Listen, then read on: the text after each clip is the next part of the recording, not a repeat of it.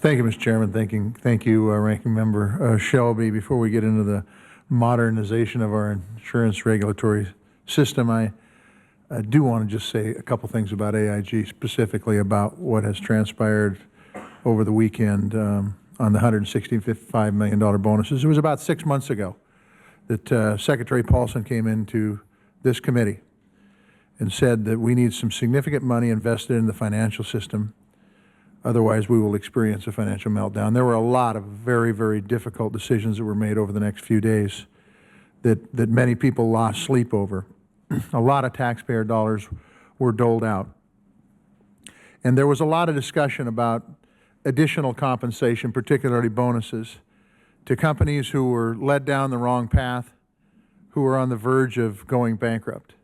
And now, once again this weekend, we hear of a company, A.I.G in particular, who has received $173 billion in taxpayer money, doling out some $165 million in bonuses to their employees, because supposedly it was the contract. Well, the fact is what would those contracts have been if the taxpayers wouldn't have bailed them out? That company would have been broke. Those people would be part of the 600,000 unemployed that occur in this country every month, and they would be on the street. So what do the taxpayers get for thanks for throwing $173 billion into a company like A.I.G? Continued bonuses, the same old way of doing business. And what do we hear? We hear, well, these bonuses have to be given out because this is our professional workforce. I can tell you that this is incredibly unacceptable. And the fact is that these companies going broke, companies like A.I.G, it makes perfect sense to me now.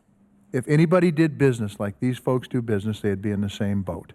And all I have to say is, before I get into my brief statement, is if this is the way Wall Street and A.I.G and all the others continue to do business, we can't help them with any amount of money we put forth to them. This is ridiculous. And hopefully, they will find some way, I don't care, litigate it in court. This just isn't right to be occurring. It is not right to be occurring because this company would be out of business and those people would be on the street. And they need to understand that the only reason that they even have a job is because of the taxpayers and their ability to put forth money to this.